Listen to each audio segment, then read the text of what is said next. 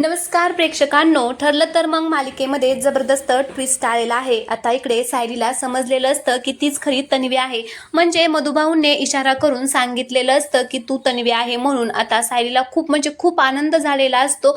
मग ती म्हणत असते की म्हणजे सगळ्यांची आवडती तन्वी मी आहे आणि ती खूप खुश झालेली असते आणि तिला आता हा सगळा आनंद कसा आता सेलिब्रेट करायचा तेच कळत नाही। मग आता ती तिथून निघून जाते, सरळ आता इकडे प्रतिमाकडे गेलेली असते आणि प्रतिमाला समोर पाहून तिला एकदम असं भरून येतं।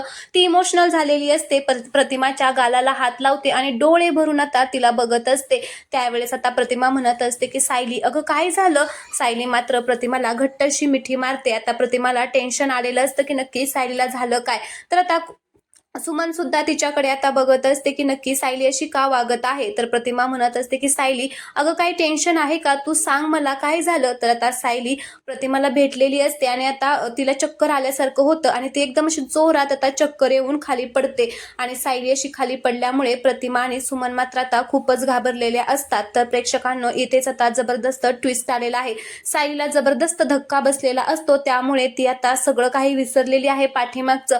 ती आता सायली आहे हेच विसरणार आहे आणि तर मग सायलीला चेक करण्यासाठी डॉक्टर बोलवलेले असतात। त्यावेळेस घरातील सगळेच जण खूप घाबरलेले असतात की नक्की सायलीला झालं काय। तर आता डॉक्टर चेक करतात, तर अर्जुन म्हणत असतो की सायली ठीक आहे ना आणि आमचं बाळ पण ठीक आहे ना आणि ती आता कधी शुद्धीवरती येणार आहे। त्यावेळेस डॉक्टर म्हणतात की शुद्धीवरती यायला वेळ लागेल, पण आता सगळेजण घाबरतात। मग अर्जुन म्हणत असतो की पण काय डॉक्टर, आमचं बाळ तर व्यवस्थित आहे ना। त्यावेळेस डॉक्टर काहीच बोलत नाही, कारण आता डॉक्टरांना सुद्धा कळलेलं आहे की आता हिची मेमरी लॉस झालेली आहे। तर प्रेक्षकांना सगळं सत्य समोर येऊनही आता पुन्हा आता सायली विसरणार आहे आणि मग ते सत्य शोधण्यासाठी आता अर्जुन काहीतरी प्रयत्न करणार आणि मग मधुभाऊ बरे झाल्यानंतरच ते सत्य सगळ्यांसमोर येणार। तर हा प्रोमो आवडला असेल तर व्हिडिओला लाईक करा, चॅनलला सबस्क्राईब करा। धन्यवाद।